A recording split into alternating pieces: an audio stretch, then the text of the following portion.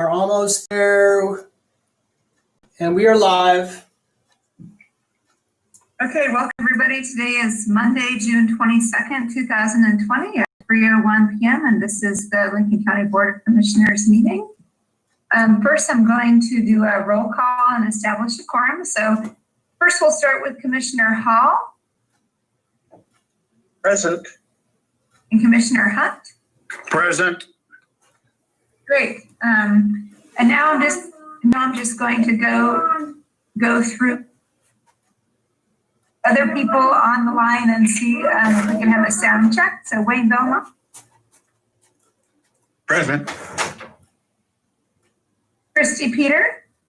Present. Roy Kenyon. Present. Deanna Graville. Can't hear you, Deanna. You're on mute still, I think. Still can't hear you. All right. Laura.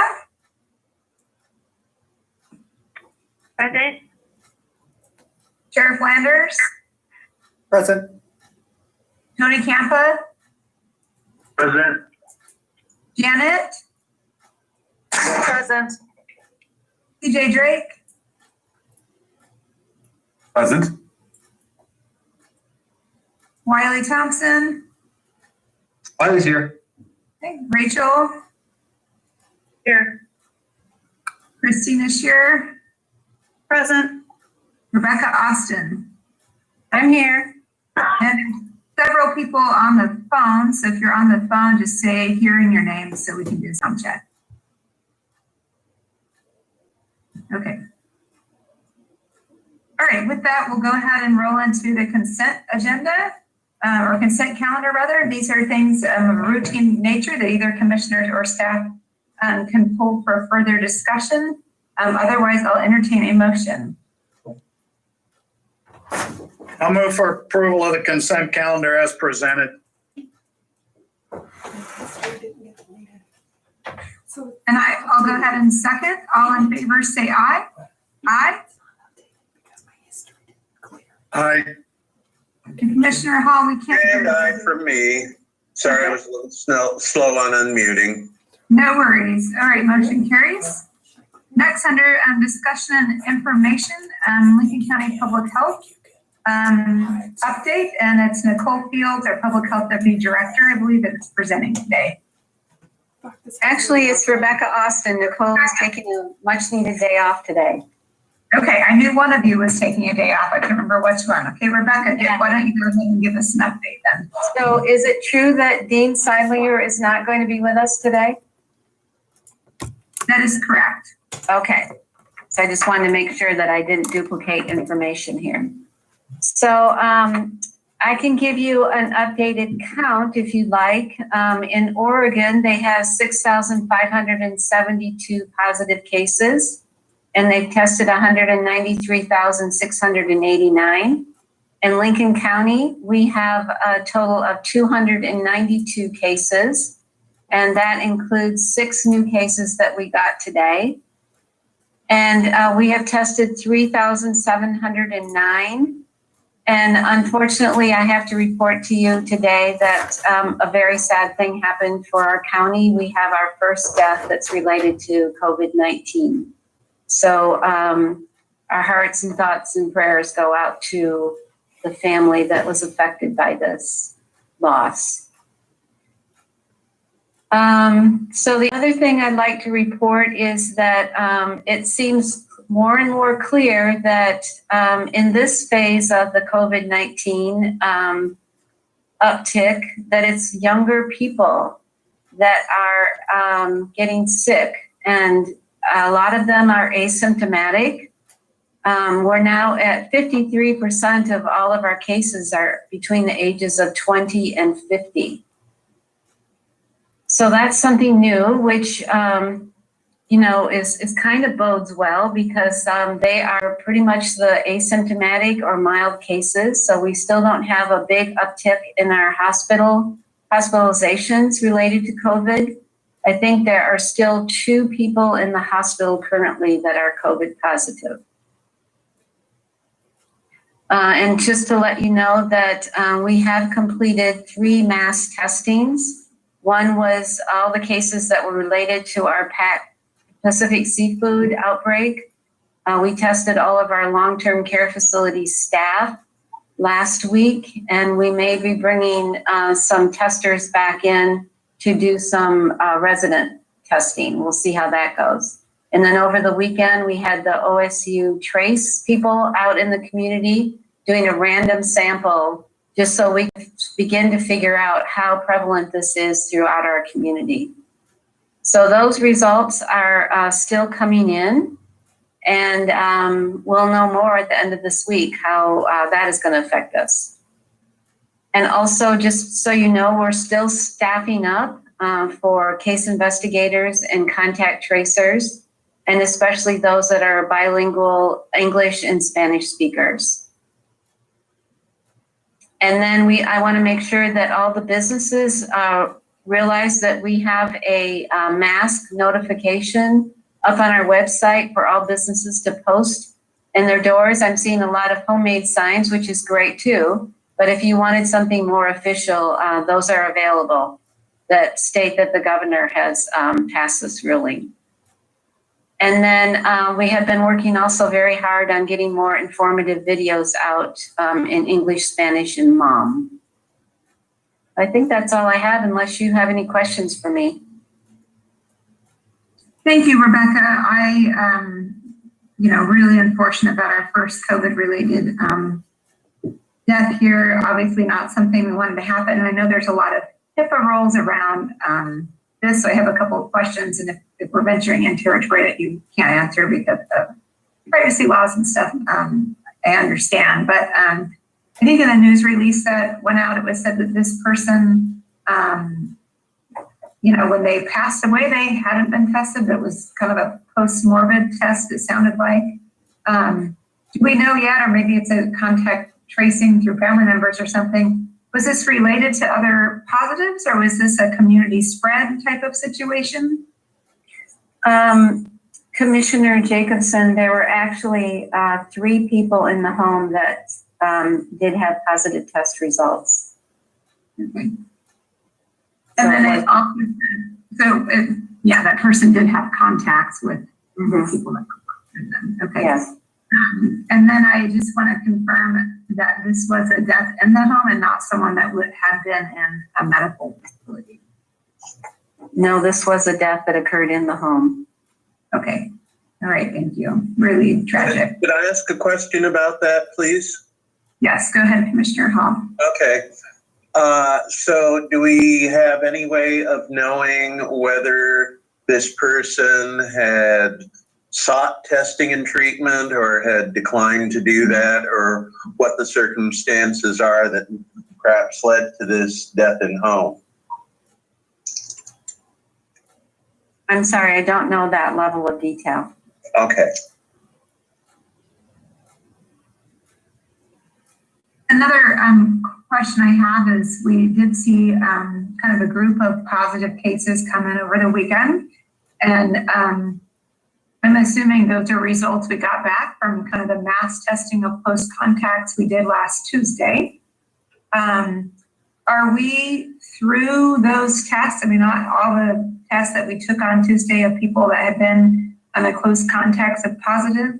Have we gotten all of those results back, or are we still waiting for additional results to come back from that batch? I am just in the process of trying to figure that out.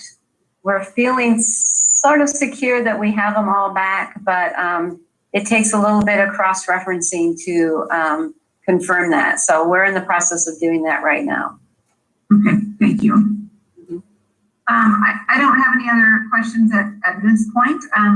Commissioner Hall, any other questions from you? No, thanks. Okay, Commissioner Hunt? Yes, I have a couple of questions.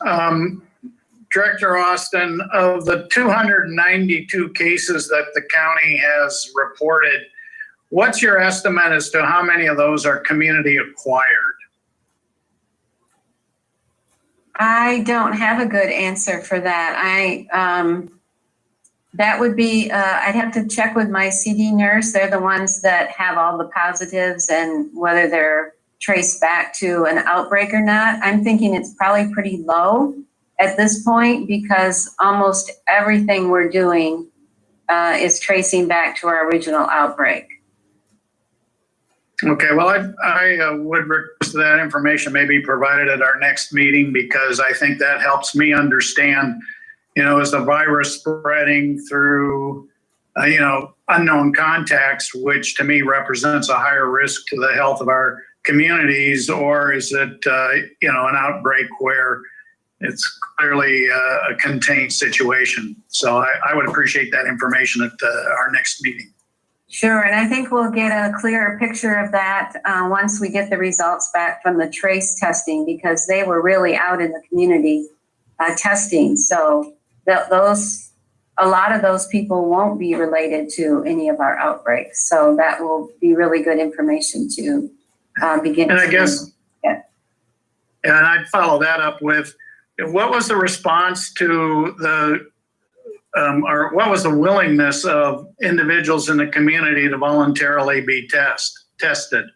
Go ahead. Go ahead. So I actually did get an update this morning from that team. And they said so how they did the study, it was randomized. And if they knocked on your door, they would come back again and try later if no one answered. And after so many tries, they would move on to another house.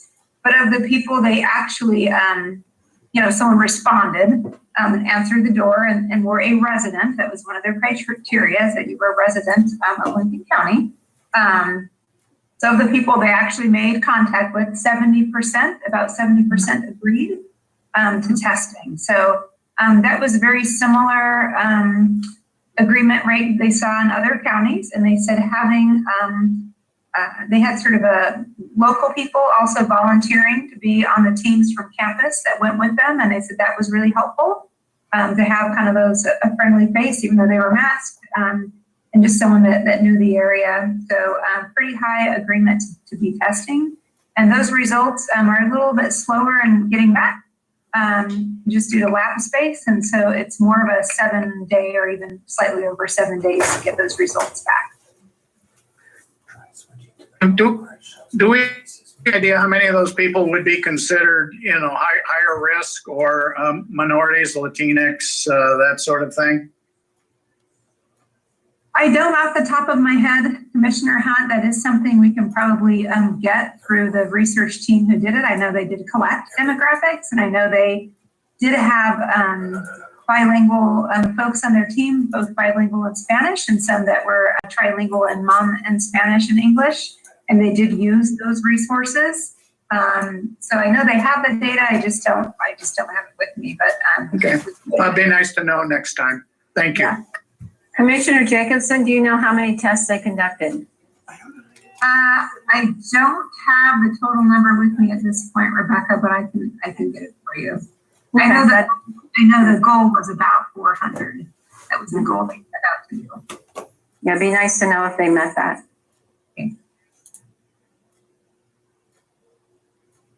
Making notes here. All right. If we have no other questions for Rebecca, we're going to move on to some other discussions. And Rebecca, I know that you're very busy, and so if you need to get going, totally understand. Thank you. Next up is broadband support. I think this is Rachel and perhaps Jerry that is discussing this. Yep. Jerry or Wayne, did you want me to go first and set up the conversation? Please do. This is Wayne. Okay. So as you guys know, we have started a broadband action team regionally. Started out as Lincoln County at first, but we now have Lynn, Benton, and Lane who've joined on as well. So essentially the entire Economic Development District coalition. And we are pursuing a grant with the Economic Development and Administration to get feasibility studies done for each of the counties in our region. These feasibility studies are the first step in being able to identify where the infrastructure is needed, what infrastructure is needed, and do a market survey as well for ISP providers, and basically get us all the information that we know we need to do more of an infrastructure build out in the long run. So with this Economic Development Administration grant, there is a 20% match.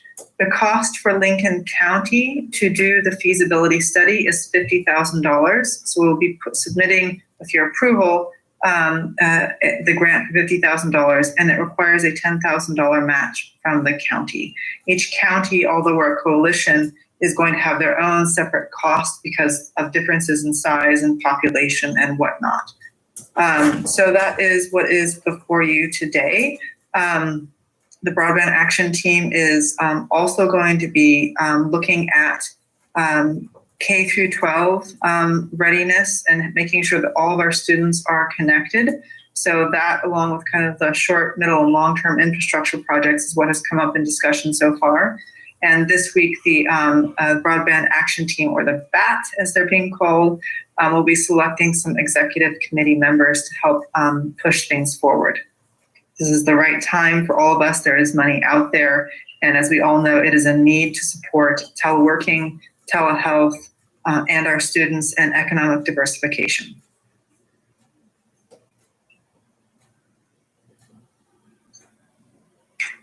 So this is Wayne. Maybe I can add on to what Rachel presented to you. We're looking at supplying the match from our economic development funds, but also we would look to seek reimbursement for the match from the CARES Act funding that's available to the county. Eventually we would do that. What this does require, and I've provided to you a copy of a statement which really does make that commitment. That's we need a motion to adopt that particular statement, and that would allow us to then move forward with this EDA grant.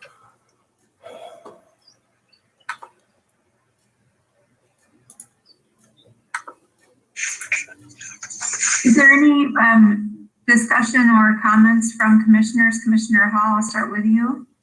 Yeah, Madam Chair, I think all of us have known that lack of universal broadband to the many parts of our county is really a big economic barrier and needs to be addressed. But I was also thinking as I went over this program that another challenge is distance learning at any educational level, and finding out that this was a real kind of thorny problem for the school district in deciding which way to go with fall classes. So I heartily endorse this. And I will say, and I can provide all the commissioners with a list probably towards the end of this week, but it is a very broad coalition that has joined the BAT, and it includes county representation, council, IT folks, school districts, the Economic Development District, Lane Cog. So it is a very significant group of people who is wanting to make this happen. Broad support. Commissioner Hall, questions or discussion? No, I think clearly it's something that our county can use and will be beneficial to really all ages. And I've said it in other meetings that Lincoln County may be a rural county, but there are rural parts of our rural county that truly need this type of broadband accessibility. Yeah, I would just agree with both Commissioner Hall and Commissioner Hunt said. I think we've all known that there's areas that really lack broadband or connectivity in our county, but everybody being pushed at home to work from home, to do telemedicine at home, and our students being pushed home, I think really just pushed out that inequity that certain parts of the county have. And so I think perhaps I'm a big believer in timing, and I think perhaps that with all those issues currently out in front, that perhaps this is the time to actually get some tangible solutions. I will note that with the Lincoln County School District announcing they're doing a hybrid model of education in the fall, which will be both some kind of in-person instruction, but then also online. I just want to be clear with expectations that it's unlikely that we actually have tangible solutions from this project by September. More so, this kind of first step is understanding what exactly needs to be done and where, and then moving forward. So we may not have an actual solution in place for the entire county by September, but I'm hopeful that we can capitalize on the opportunities being presented to us and start building some resiliency into our future with this issue. So with that, I think we need Commissioner Jason, if I may just add just one piece of information there, because I've seen this floating around a lot in email, is that there is a pot of funding through the state, through Business Oregon, to assist with telehealth and distance learning for projects that can be completed by the end of this calendar year. And so the BAT will also be looking at what they can help do in the interim for those K-12 solutions. But you're right, there's both short, middle, and long-term goals for all of this. Thank you. Yeah, and even those other grants coming, which we're going to look at, that gives you to the end of the year, and and it's already late June. So I think everyone's going to try to do their best, but the timeline here is tight. I'm trying to help our students. So with that, I think we do need a motion. Is that correct, Wayne? That is correct. In the packet, it's entitled EDA Broadband Funding Grant Statement, and that would show that we adopt the statement and the commitment of the match. Madam Chair, I will Yeah. move that we adopt this statement and commitment. I'll second it. All in favor, say aye. Aye. Aye. Aye. All right, motion carries. Thank you, Rachel and Wayne. All right, next up in our discussion is camping at Lincoln County Park. So just to recap, when we had our lodging order in place across both the county unincorporated areas and also cities, that also included camping at our own parks that were scheduled to open, I think, around the 7th or 8th of June. But then with our large outbreak, we just hit the pause button to see how how that was going to go, or until we had more information. So now our Lincoln County Parks manager and Public Works Director, Roy Kenyon, I think, has asked for just a review of that issue and to get some clarity so they can be clear with guests and staff and kind of know what our plan is. So we just need to have a discussion. And I think while this is under discussion and information, I think our Public Works Director would be a fairly happy camper, pun intended, if we provided some type of clarity today.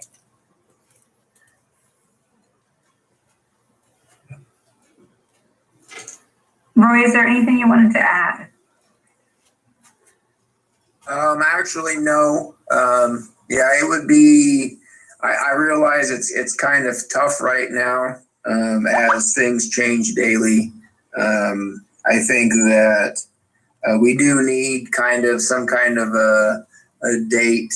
It's really hard telling people when things are unknown, and we are still getting quite a bit of interest. Now that the weather is really starting to clear up for us, there's actually more interest.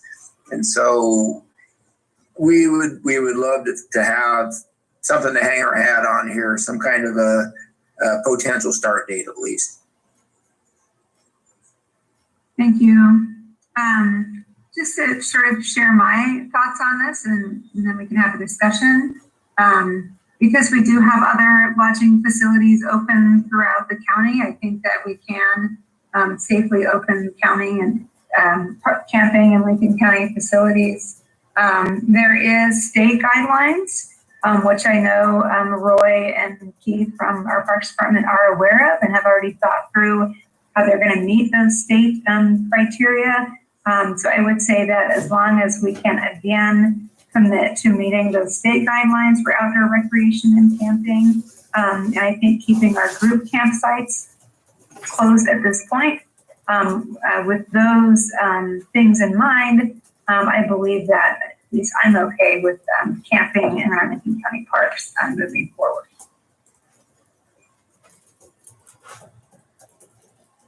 Commissioner Hall. Oh, Commissioner Hall, can't hear you. Sorry, I thought I had unmuted. Based on what you have suggested, Chair Jacobson, I think this makes sense as long as we operate under the state guidelines. Commissioner Hunt? I guess clarifying a couple of points. I thought we decided that we would not open the group campsites, which I believe Chair Jacobson, you just confirmed. But we've also voted to reduce the social gathering size to 10. Is that part of this consideration or not?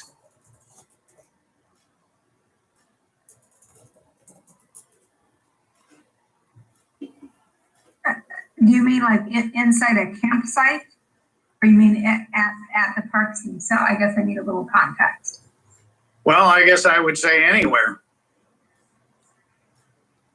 Well, yeah, I would agree with you. That did pass in Lincoln County, and so gathering sizes of 10 is the current rule that we have in place. So yes. Can Council Belmont confirm that? And I guess, again, I'm not questioning you, Chair, but is that consistent with state guidelines, or are we an exception? I'm actually not that familiar with the statewide guidelines in terms of camping, so I'd have to look into that.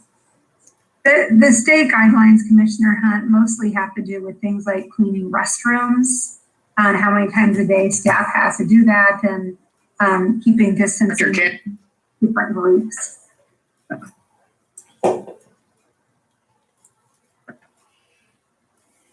Well, I guess with the understanding that the, social gathering is limited to 10. I think that's a super good point. And, we had these discussions previously, both on opening and then on closing. We did not have that gathering size of 10 in effect. In phase one, that was all closed when we had gathering sizes of 10. Or at least camping was closed. So I think a little direction that I'm hearing for our public works director to pass on to parks is as long as they feel that they can adequately deal with keeping, gathering sizes to 10. Obviously, they're not a law enforcement agency, but they do need to make sure that we are following our own rule that we set in terms of that. So obviously, group camping sites need to be closed to facilitate, but there might be some other measures that are needed to be taken in our parks to make sure we're not facilitating large groups coming as well. Yep. Makes sense. Yeah. This is Roy.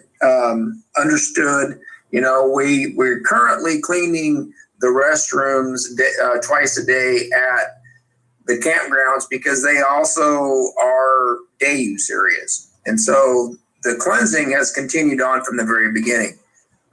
We have already laid out kind of an every other camp stall kind of scenario where we have to. There are some places where they're relatively close, and so we've already basically marked out those for use, which would give us our spacing.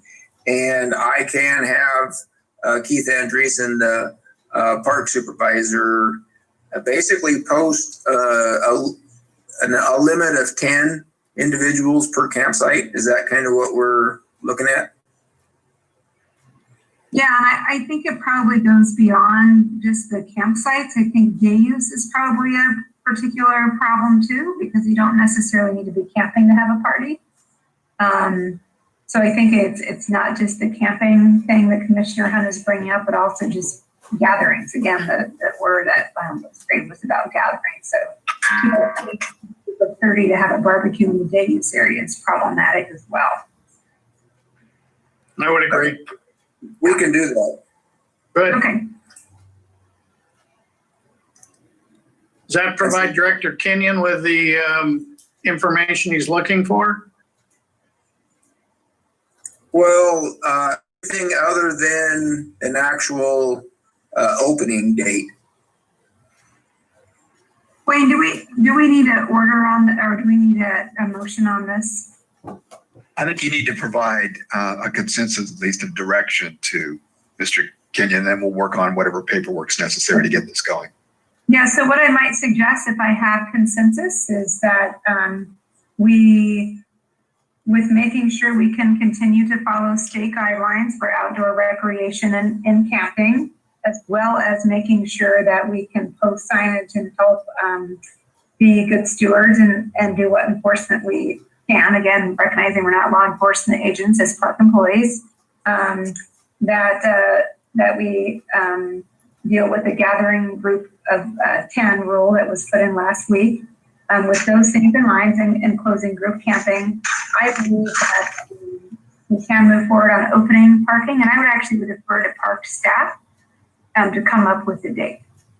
I think they're going to better know when they can be ready and, when that would be appropriate for them. I don't want to say tomorrow and then have them scramble and not be able to meet those requirements. I would just say that meeting those three things, gathering sizes, state guidelines, and group size or group campsite closures, that they can open when ready.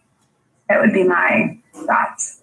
Do we have a Madam Chair, I would support that, but just maybe request one additional thing, that essentially Director Kenyon, when he has a proposed opening date, that we review that and be able to approve the date.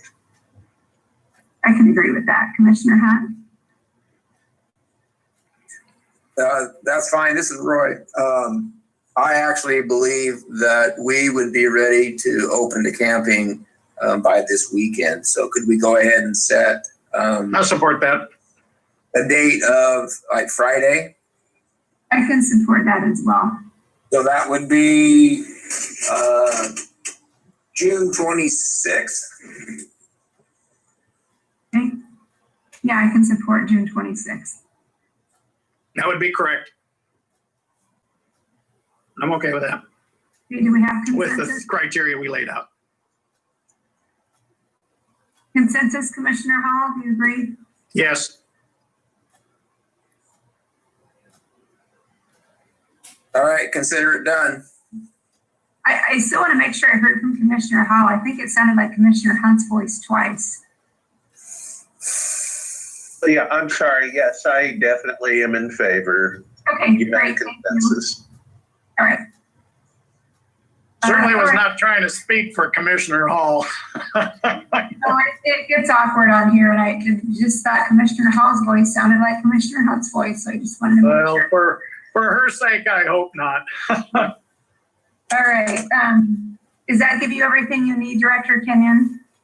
That actually gives me everything that I need, and I am sending an email to Mr. Andreessen as we speak. So Great. we'll get this thing rolling. Okay.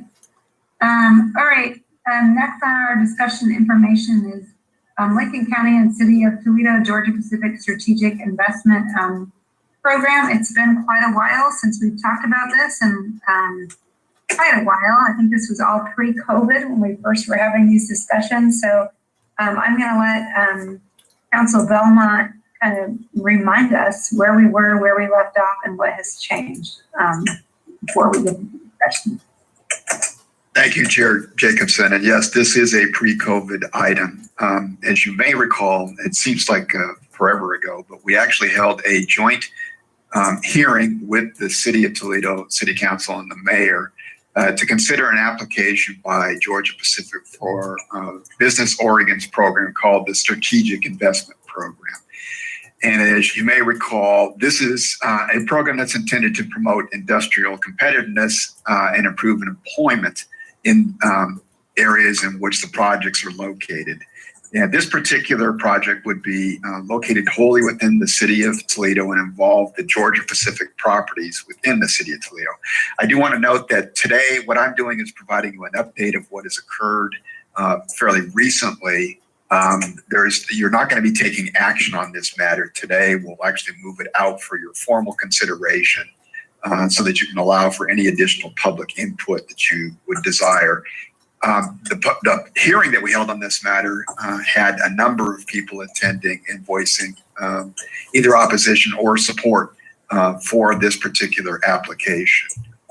And at the time that we did this, there were concerns that were expressed about the program and the way it works. And as you may recall, this involves an initial investment of at least $25 million in capital construction by the entity, in this case, Georgia Pacific, that applies for the program. If once that initial investment of $25 million is made, then if this is agreed to by the city of Toledo and the county and Georgia Pacific, and then approved by Business Oregon, then Georgia Pacific would qualify for 15 years worth of tax exemptions on additional investments that they would make at that site for the next 15 years after approval. And the agreement includes a provision that it's not 100% tax exemption because we have to establish actually a fee. It's called the Community Service Fee, or CSF, that comes back to taxing entities that are impacted by the exemption in the form of 25% of the value of the exemption is returned to those entities. Those entities enter into an intergovernmental agreement to distribute the funds. And where we have seen this particular program in other locations across the state of Oregon, normally that's a fairly simple agreement in which you allocate it by the percentage of tax revenues that each of the entities that are impacted received had the taxes been actually paid. So we started this discussion with Georgia Pacific, and you expressed some concerns, as did the city of Toledo, about the impacts on the taxing districts should this go forward. One of the concerns was that for a capital-intensive company like GP, they're replacing out their structures and their equipment on a fairly regular basis as they upgrade the facilities at the mill.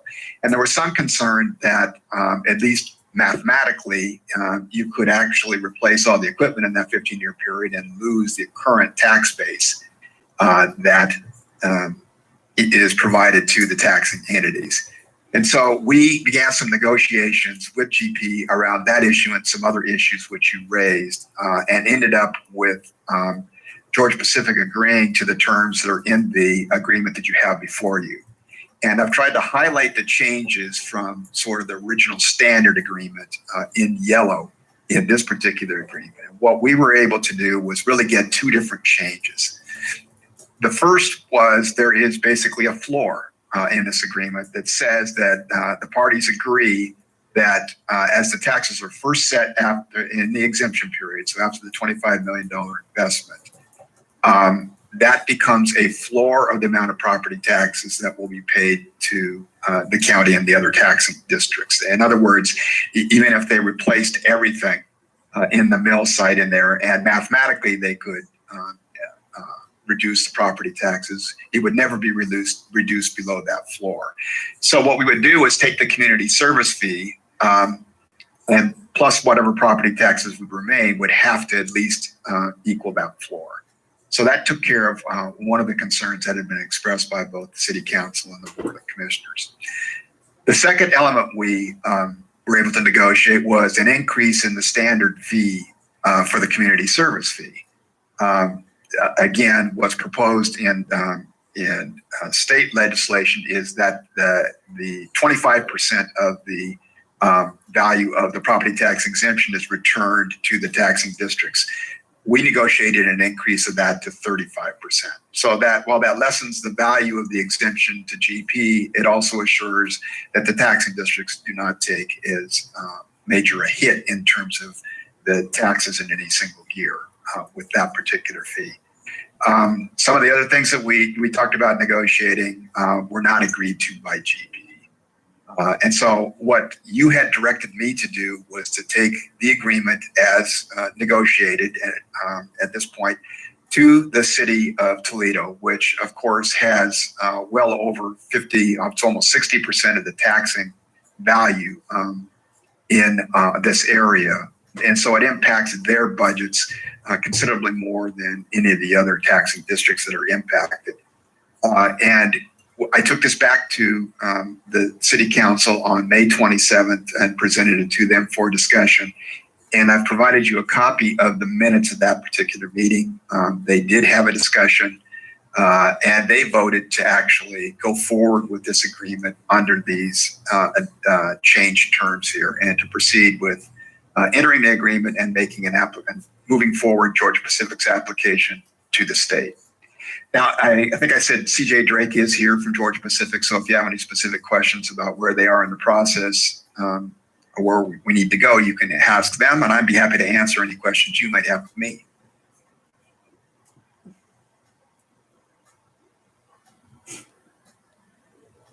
You're muted, Katie.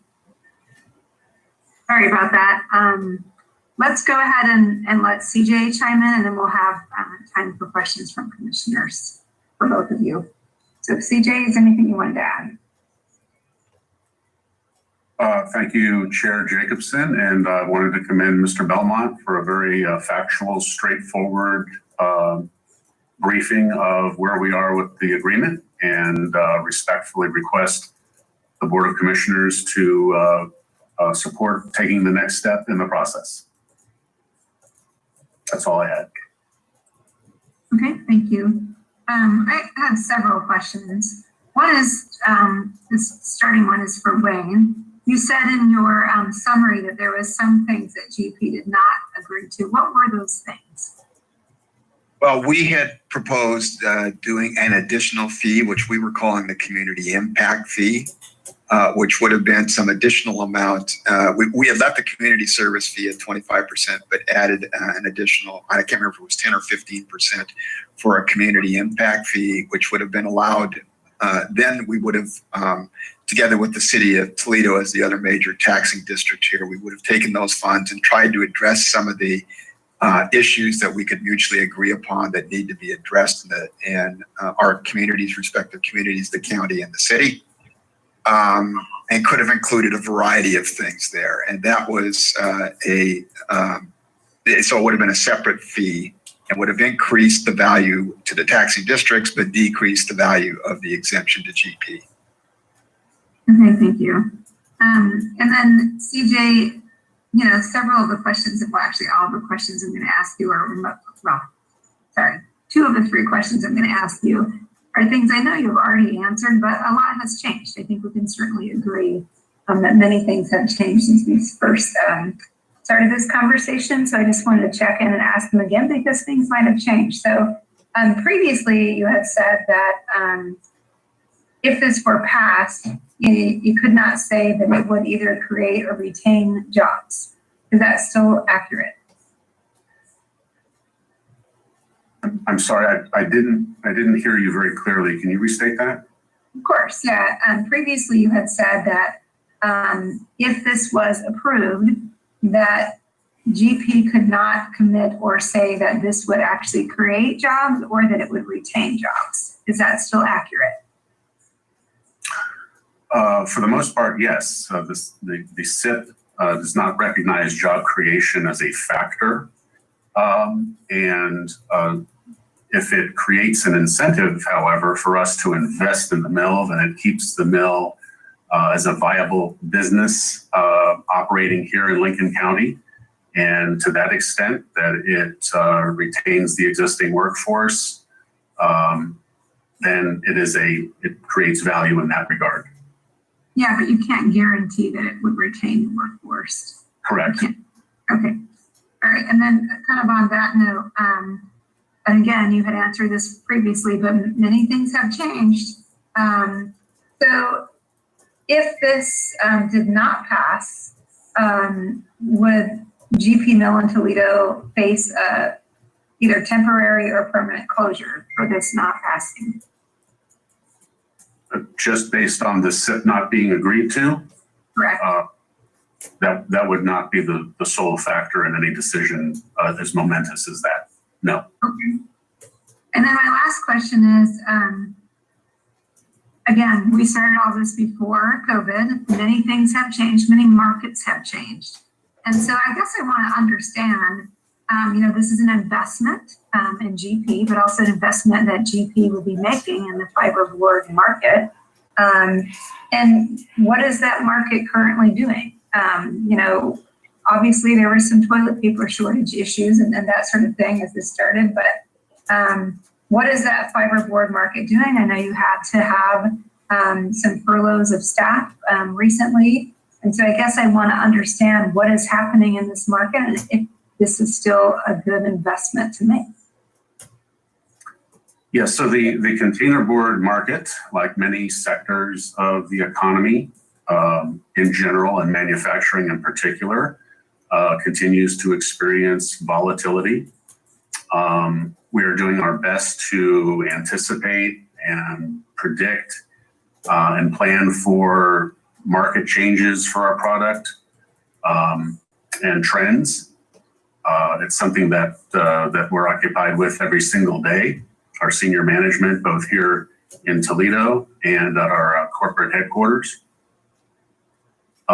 It's difficult to predict the demand for containerboard in the future. We're hopeful that the market will continue to sustain operations here. But I think that's all the more reason for us to invest in the mill to make it as competitive as possible, because it's still a very competitive business. And if we do not adapt to changing conditions and invest in the latest technology, our competitors will, and they could surpass us.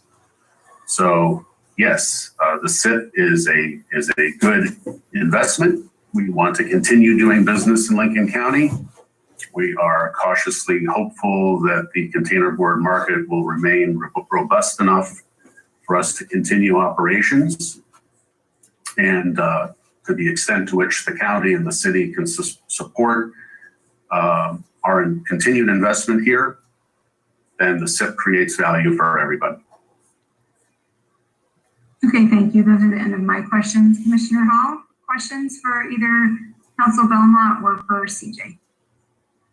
None at this time. I appreciate seeing the proposed document and getting this additional information.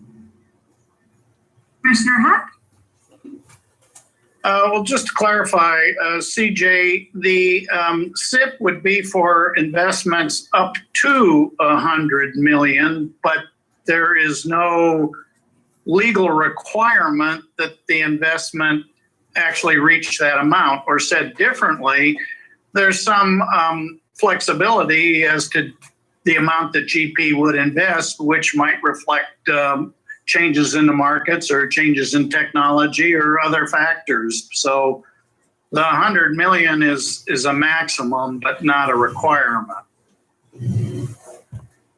I believe that is correct, right? There is no requirement in that regard. Yeah. And I guess the second thing, I've said this before in previous discussions, but obviously there, as CJ has indicated, there's no guarantee that jobs will be created, or there's no guarantee that jobs will be retained. But I look at this investment as protection, if you will, for continued operations. I've told the story about being an employee of First Interstate Bank, having been on a committee that bought land in Newport on Highway 101, designed a branch, was within days of groundbreaking, and the bank reorganized and took that money and reinvested it in Seattle because they felt there was a better opportunity there, which resulted in a bank never First Interstate Bank under the First Interstate organization at that time, not to be confused with the current First Interstate, which is a different legal entity. Never opened a branch in Lincoln County. Well, excuse me, in Newport. So again, I see this SIP as it's not a guarantee, but it certainly would provide some indications that with that kind of a commitment, more jobs are more likely to be retained. And then finally, I'd say the fact that the city of Toledo supports this, to me, it's in their backyard and it's a very large portion of their budget. Okay, I would say that we move this to decision and action at a future meeting. We did get some public comment today about this, mostly asking if people had commented previously, if they should resend that. And I would just say to people that are watching, yes, things have changed. It was a long time ago that we discussed this. The actual agreement is a little different than it was originally proposed. So I would encourage people to actually look at that new agreement and make comments based on the new information that's there. But yes, you definitely can provide a comment on that. And we will move this to a later date for a decision.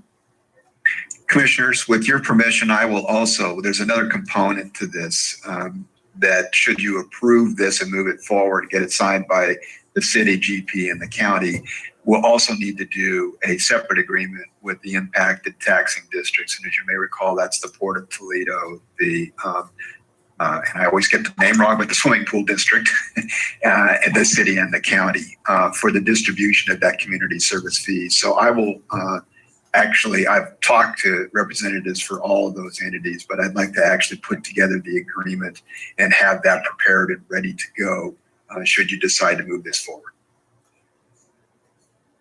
I would also suggest, I don't know when you have those conversations with them, Wayne. I know originally we had gotten a letter of support from the Port of Toledo and others, but if it's been a while, I think it'd be nice to hear back from them as well, because again, many things have changed in the economic picture of many of these smaller districts. So I think it would just be pertinent to get some feedback from them as well, current feedback. I will do that. Yeah, thank you. All right. Moving on here under decision and missed commissioner reports. I will pass for this week. Commissioner reports from Commissioner Hall. I'm going to pass as well. Okay, Commissioner Hunt. That's a hat trick. All right, under decision and action, extending Lincoln County's worker compensation coverage. Sorry, the agenda keeps moving around. Can you scroll down, Christy? You cut it off. Thank you. Extending Lincoln County's worker compensation coverage to volunteers of Lincoln County for the fiscal year 2020-2021. Commissioners, this is an annual resolution that we have to adopt as we end one fiscal year and move into the next fiscal year in terms of our workers' comp coverage for selected volunteers of the county. So unless there's any questions, I'd recommend that you go ahead and approve this. I'll move for approval of the resolution extending Lincoln County's workers' compensation coverage to volunteers of Lincoln County for the fiscal year 2020 through fiscal year 2020-2021. I'll second. All in favor, say aye. Aye. Aye. Aye. And just a note to say thank you to all our volunteers. All right, moving on into public hearings. We have several of these, and just to note that the Lincoln County Budget Committees have already held 3 virtual public meetings, including Select Area Enhanced Law Enforcement Service District, on the budgets to review the proposed, on these budgets and reviewed the proposed budgets. The Lincoln County Budget Committees approved the 2020-2021 budget that will be presented today with any amendments recommended by the budget officer. So we need to go through these one by one. So first I'm going to open the public hearing. Adopting the 2020-2021 budget, making appropriations, levying taxes, and categorizing the levy, the Extension Service District Fund, presented by Christine Shearer, our Finance Director, and Wiley Thompson from OSU Extension. Christina, anything you would like to share on this budget? We have no updates for this budget. Okay. Mr. Thompson, anything you wanted to add in regards to this budget? Nothing to add budget-wise, but just another thank you to the people of Lincoln County for continuing to support OSU Extension. Okay, thank you. All right. Christy, was there any public comment received for this specific budget? No, not on this budget. Okay, great. Any discussion by the board? None from me. It's been well vetted through our budgeting process. I would just say not so much about the budget, but a big heartfelt thank you to OSU Extension, who has really been with us through this challenging time. We have several of their staff, including Wiley, on this call that has been helping us out in our emergency management team and also with Health and Human Services and doing contact tracing and other assignments. So thank you for that. With that, I will go ahead and close the public hearing and see if we can get a motion. I'll move that we approve the 2020-21 Extension Service Fund budget as presented. I'm willing to second it, but I'll ask for clarification. Do we need all the verbiage in the document, the packet that's been provided? This is Wayne. Please, could you use the motions? I think if you're ready to go forward, I have actually drafted you language for the motions. I'm happy to do it, Commissioner Hall, if you don't have them handy. I can't hear you. I do, and I'm glad to do this. Okay. Go ahead. I move to approve the resolution adopting the 2021 Extension Service District budget, making appropriations, levying taxes, and categorizing the levy for the district as approved by the Lincoln County Budget Committee, and to authorize the property tax levy at the permanent tax rate of 0.0451 or 4.51 cents per thousand, and that these taxes be imposed and categorized for the tax year 2020-21 upon the assessed value on all taxable property within the county in accordance with law as of July 1, 2020. I also move to authorize signing the certificate of appropriation of funds supporting the extension programs. Wayne, that was a mouthful. I have the easy job. I second it. All in favor, say aye. Aye. Aye.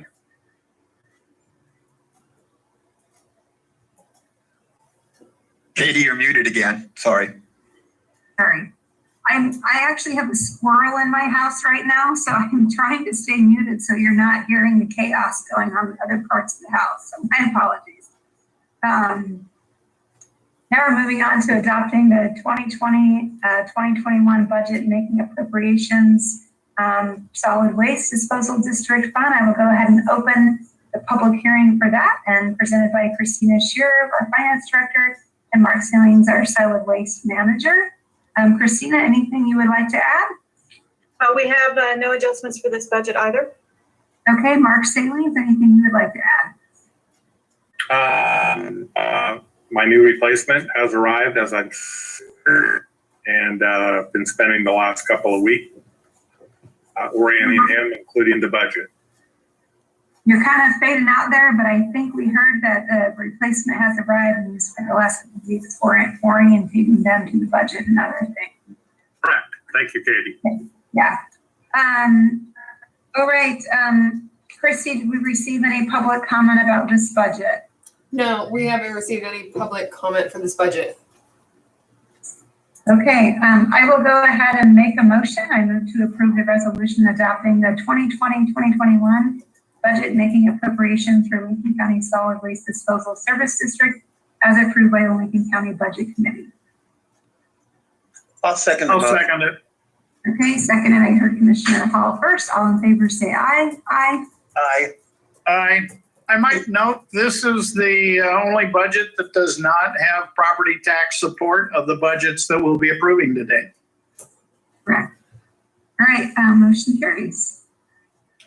For now, I'll move on to our third hearing. This is adopting the 2020-2021 block levying taxes and categorizing the levy for the Transportation Service District Fund, presented by Christina Shearer, our finance director, Senator Bruce, the transit director. I will go ahead and open the public hearing. Christina, anything you would like to add? No, nothing for this budget.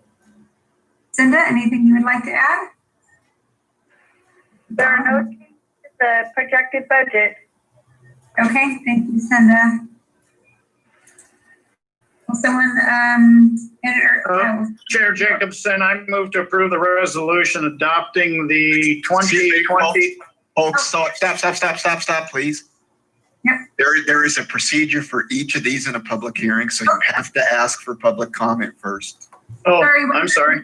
Got to make sure we go through. sorry, All right. Ms. Christie, was there any I public, don't move yet.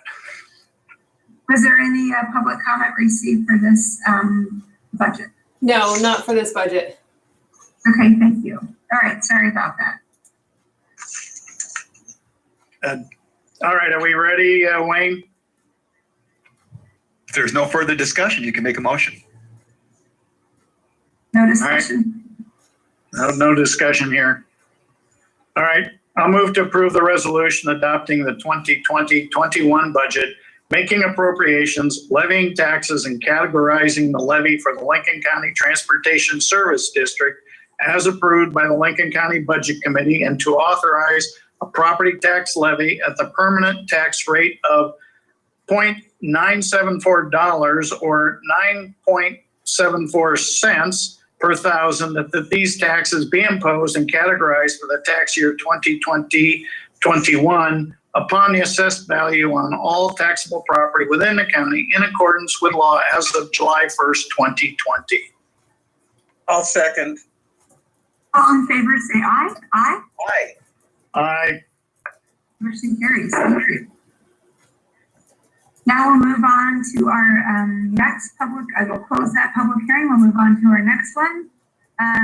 This is adopting the 2020-2021 budget, making appropriations, levying taxes, and categorizing the levy for the Animal Services District Fund, presented by Christina Shearer, our Finance Director, and Laura Braxley, Animal Shelter Director. I will go ahead and open the public hearing. Christina, anything to add? We have no updates for this fund.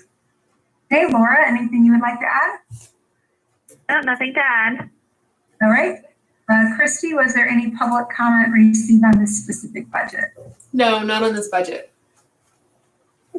Any discussion by the board? Straightforward. I would just add that despite our current challenging circumstances with COVID, we are still committed to seeing a new Lincoln County animal shelter in the future. So just want to reassure folks that that remains a priority. If there's no more discussion, I will entertain a motion. I'll move to approve the resolution adopting the 2020-21 budget, making appropriations, levying taxes, and categorizing the levy for the Lincoln County Animal Service District as approved by the Lincoln County Budget Committee, and to authorize a property tax levy at the permanent tax rate of $0.11 or 11 cents per thousand, and that these taxes be imposed and categorized for the tax year 2020-21 upon the assessed value on all taxable property within the county in accordance with law as July 1, 2020. I second the motion. All in favor, say aye. Aye. Aye. Aye. Motion carries. Thank you. All right. Well, now I will close the public hearing for that. We'll now move on to adopting the 2020-2021 budget, making appropriations, levying taxes, and categorizing the levy. This is for the Select Area Enhanced Law Enforcement District, presented by Christina Shearer, our Finance Director, and Sheriff Curtis Landers. I will open the public hearing. Christina, anything you would like to add? I have no adjustments for this budget. Okay. Sheriff Landers, anything you would like to add? I don't have anything to add unless there are questions. Okay. Christy, any public comment for this budget?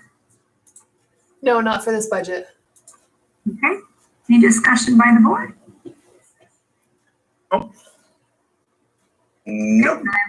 Entertain a motion.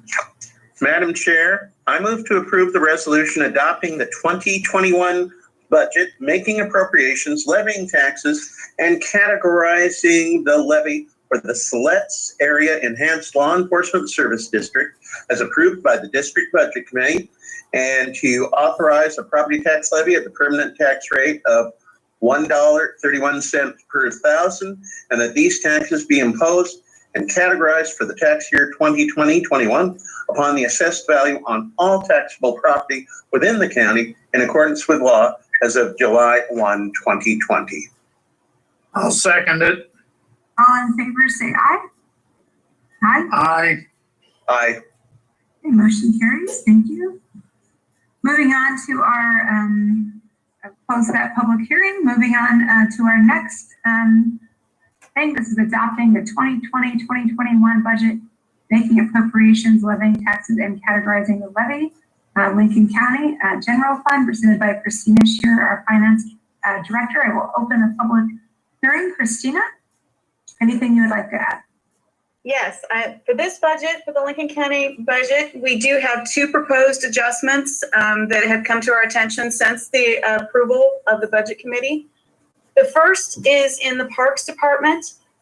We found that we had reduced a line item, contract services for parks, in the amount of $30,000 that is necessary for the operation, especially under COVID conditions for the Parks Department. So we are proposing an increase to contract services in the Parks Department of $30,000. The offset to that will be a reduction of contingency in the same amount of $30,000. That's the first adjustment. I can answer any questions for that if you'd like before I go on to the second. Questions on that one? I have no questions. Okay. Okay. All right. The second adjustment is something that came to our attention later, and it was too late for inclusion in the proposed budget. What we are proposing is a project. Excuse me. I'm sorry. To contract with a external audit firm to develop a formal federal indirect cost allocation rate, and also evaluate and propose a modifications to our internal indirect cost allocation rates. What we're discovering is that we could definitely do a little bit better, I think, in terms of pulling down funds that we would be otherwise entitled to with a formal federal rate on our grants. And so we'd like to contract for that work. That work cannot be done by our normal audit firm because of independence issues. And so we're proposing to have a third audit firm that is already under contract with the state to do this work. The proposed budget is $45,000. That would be contract services in the finance department, and it would be offset by an increase in revenue that we're anticipating based on the results of this study, and that would be an intergovernmental revenue. So again, budget neutral, it would increase our expenditures in contract services and finance for $45,000 and increase revenue in general government by $45,000. And I can answer any questions. No questions from me on either of them. I would say that supportive of both, but very supportive of number two. I feel like, there has been a lot of grant funds sought by Lincoln County in the past, and there continues to be, and I think perhaps even an increase as we see some additional things pass at the federal and state level. So I think making sure that we can get out what we can out of those opportunities is really important. Yeah, I think anytime we can have the opportunity to maybe enhance the revenue situation even above the $45,000 cost, I think that's good financial practice. I agree with that as well. I'd like to ask Wayne Belmont a procedural question. Would proper procedure be for us to move to approve these two proposed changes to the budget and then do the adoption resolution using the words as amended instead of as presented by the budget? Oh yeah, okay, it's even in there. It's in the language is in your sample motion if you want to do both of those things. Okay, so we don't have to have a separate motion to approve these if we adopt this main motion. Okay, thank you. No, okay, if we're done with discussion, I will ask Christy if she's received any public comment related to the Lincoln County General Fund budget. Yes, we received one comment via email from Frank Shurko, who is requesting the county allocate resources for Goal 18 shore protection. That is available on the meeting page on the Lincoln County website for viewing. Okay, thank you, Christy. All right, is there any other discussion by the board on this budget? No, ma'am. Okay, I will go ahead and make a motion. I move to approve the resolution adopting the 2020-2021 Lincoln County budget, making appropriations, levying taxes, and categorizing the levy as approved by the Lincoln County Budget Committee, with the changes as submitted by the budget officer at this hearing. To authorize a property tax levy at the permanent tax rate of 2.8202 per thousand for general operations, and that these taxes be imposed and categorized for the tax year 2020-2021 upon the assessed value and all taxable property within the county in accordance with law as of July 1, 2020. I'll second it. All in favor, say aye. Aye. Aye. Aye. Motion carries. All right, we're at the end of our long line of, and I will close the public hearing. We're in the end of our long line of public hearings here. Before we adjourn, I will just see if there is any other discussion or business needed by commissioners.